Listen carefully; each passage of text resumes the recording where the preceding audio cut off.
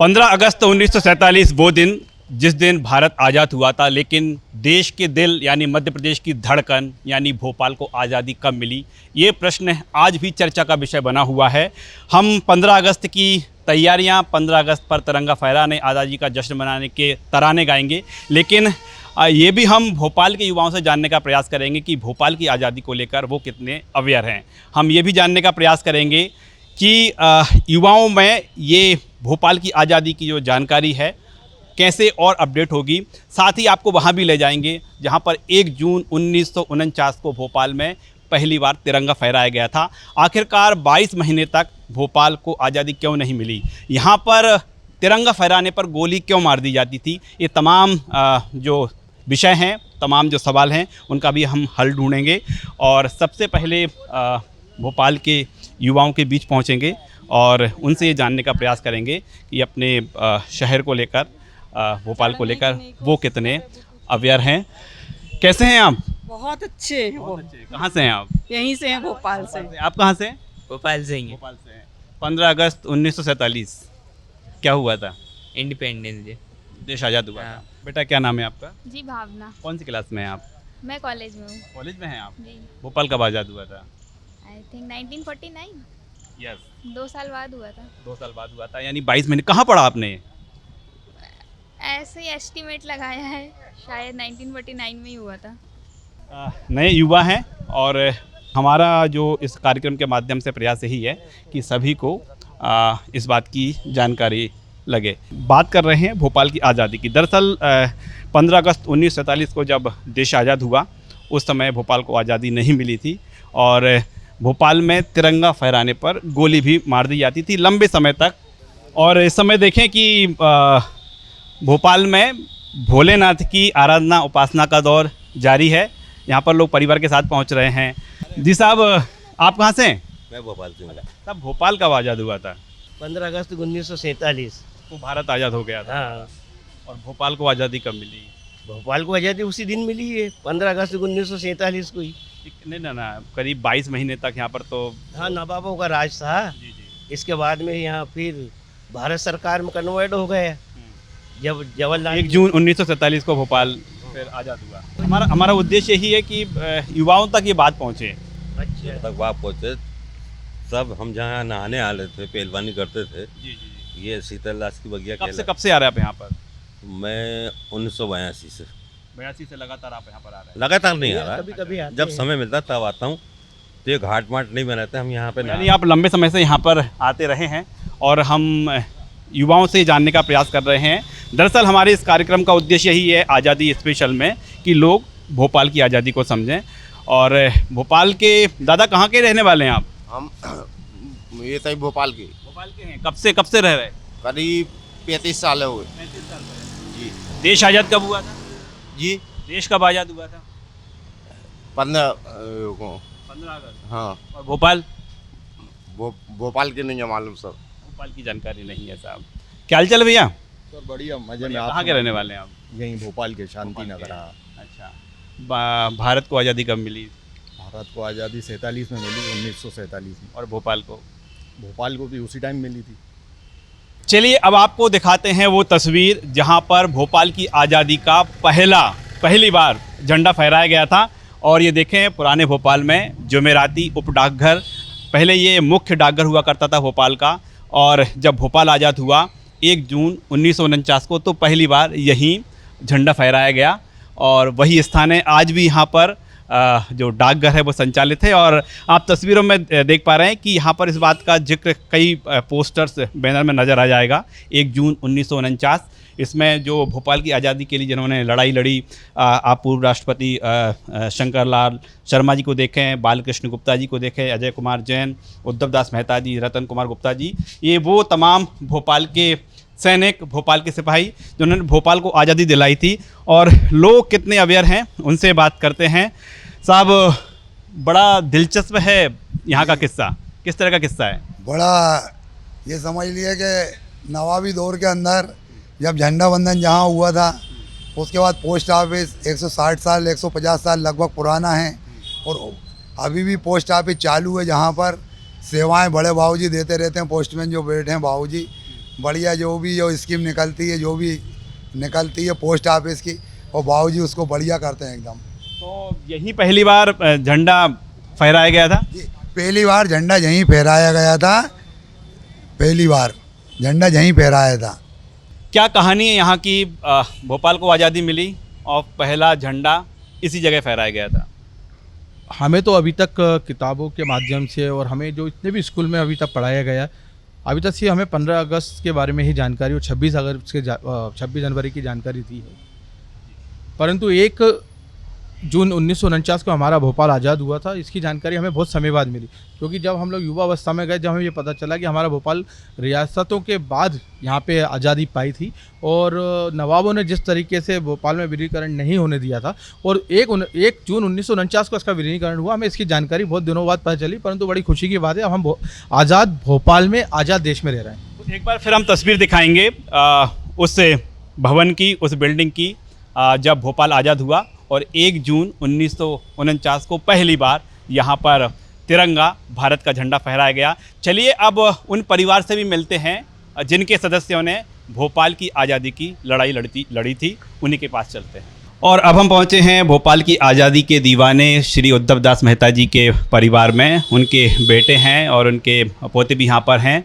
और ओम मेहता जी, उद्धव दास जी मेहता जी जब भोपाल की आज़ादी की लड़ाई लड़ रहे थे, आप उसमें छोटे होंगे, क्या देखा था आप, कैसे लड़ाई शुरू हुई?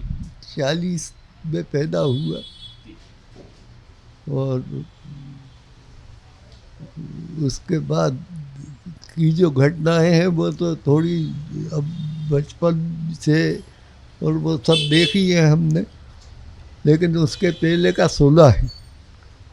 और सुना क्या है, खुद पिताजी के मुख से सुना है, उनके साथियों से सुना है। उसमें पंडित शिवनारायण वेद बड़े दादा एक महत्वपूर्ण भोपाल के नेता रहे, वो भी कांग्रेस कमेटी की स्थापना भी पंडित शिवनारायण वेद बड़े दादा ने की।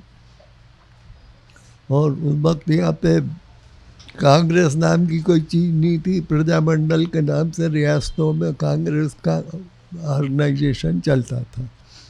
लेकिन भोपाल की सबसे पुरानी संस्था जो है वो हिंदू सभा थी। तो कैसे आंदोलन शुरू हुआ था भोपाल की आज़ादी का? देखिए, सन 37 में आंदोलन की शुरुआत हुई और उस वक्त नागरिक अधिकारों के नाम पे और ये लड़ाई लड़ी गई थी। उसमें 7 लोग जेल में बंद हुए थे।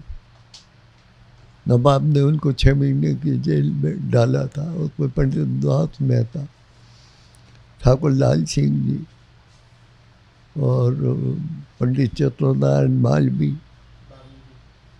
और ये अपने मास्टर भैरव प्रसाद जी, नंदेलाल जी गांधी बेगमगंज वाले, भगवान दास राठी भोपाल के, और शिवचरण भैया शायद इछावर के थे वो। ये 7 लोगों को यहाँ कबाली मंदिर से यहाँ पे अरेस्ट किया था। वहाँ पे हिंदू सम्मेलन करना चाहते थे, पुलिस ने लाठीचार्ज किया, गिरफ्तारी की। पहला आंदोलन जो सार्वजनिक रूप से हुआ वो ये था। और 6 महीने इन लोगों को जेल में बहुत ही यातनाएं दी गई। यातनाएं देने के बाद में वो 6 महीने के बाद जब ये रिहा हुए, तो रिहा होते ही उनमें से एक भगवान दास राठी जी का स्वर्गवास हो गया। और ये 5 और 6 लोग जो और 7 लोग थे, डॉक्टर जब्बा प्रसाद मखरैया जी भी थे, उसमें भूल गया था नाम। तो उनकी जो शव यात्रा निकली भगवान दास राठी की, ऐतिहासिक थी। हजारों लोग उसमें सम्मिलित होकर और उनका मान सम्मान के साथ अंतिम संस्कार में शामिल हुए थे। 1 जून 1947 को जब भोपाल में पहली बार तिरंगा फहराया गया, तो उद्धव दास जी के चेहरे के क्या भाव थे? जी, उद्धव दास मेहता जी के चेहरे के क्या भाव थे जब पहली बार भोपाल में तिरंगा फहराया गया? हाँ, तो थे संघर्ष तो था ही। देखिए यहाँ पे उसकी पृष्ठभूमि समझिए। कालांतर में और फिर इसके बाद में जब ये छूटे और इसके बाद में भोपाल का पहला हिंदी अखबार निकला, प्रजापकार। वो प्रजापकार जो है वो अभी एक प्रति उसकी सप्रे संग्रहालय में आपको मिल जाएगी। तो उसमें भोपाल के हिंदुओं के साथ जो भेदभावपूर्ण व्यवहार होता था वो उसमें छपता था। अब भोपाल में कोई हिंदी प्रेस नहीं था, तो खंडवा से माखनलाल जी के प्रेस से, करमवीर प्रेस से, और जाके वो छप्पा के लाते थे। तो जब वो आती थी गाड़ी और रेल से, जब वो आते थे तो रास्ते में ही उसको लूट लेते थे गुंडे, नवाब के इशारों पे जो थे। और इस प्रकार से बड़ी मुश्किल से वो फिर मुकदमे चले। एक मुकदमा ये चला कि वो खंडवा जो है वो महाकौशल में आता था, भोपाल रियासत अलग थी।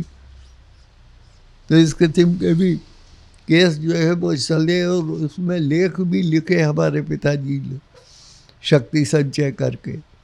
एक घटना बरखेड़ी में हुई थी, एक महिला को और ज़बरदस्ती मुसलमान बना लिया गया था। तो ये तमाम जो स्थितियां रही हैं, और उसके बाद हम बात करें उद्धव दास जी के जो बेटे डॉक्टर दीपक मेहता जी भी यहाँ पर हैं। अब 15 अगस्त की तैयारियां चल रही हैं। हम युवाओं के बीच पहुँचे थे भोपाल के, सभी जागरूक नहीं हैं, वो नहीं जानते भोपाल की आज़ादी कैसे मिली थी।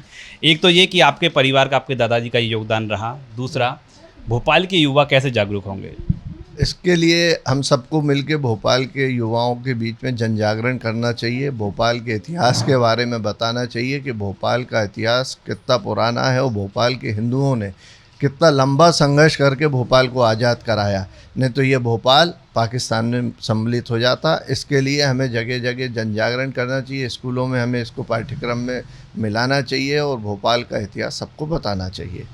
आपके दादाजी का बड़ा योगदान रहा। दादाजी ने जो संघर्ष करा है उसका तो मैं वर्णन ही नहीं कर पाऊँगा। मेरे को एक किस्सा मेरे चाचा पिता के द्वारा सुनाया जाता है कि जब मेरी बड़ी बुआ का विवाह हो रहा था, उस समय वो जेल में बंद थे और उन्हें हथकड़ी के बीच में लाया गया और उसी समय उनसे कन्यादान कराया गया और तुरंत उनको वापस ले जाया गया।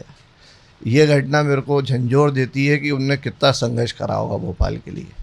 और ऐसी ही घटनाओं को लेकर एक बार फिर जब देश आज़ादी का जश्न मना रहा है, उस बीच याद आ ही जाता है कि भोपाल 15 अगस्त 1947 को आज़ाद नहीं हो पाया था। पूरे 22 महीने बाद भोपाल को आज़ादी मिली थी और 1 जून 1949 को भोपाल में पहली बार तिरंगा फहराया गया था। लेकिन भोपाल के युवा ऐसे अनजान हैं। हालांकि मुहिम चल रही है कि भोपाल के आज़ादी के तराने उन युवाओं के बीच भी गाए जाएं। कैमरामैन लवनी सैनी के साथ राकेश चतुर्वेदी, लल्लूराम.com, भोपाल।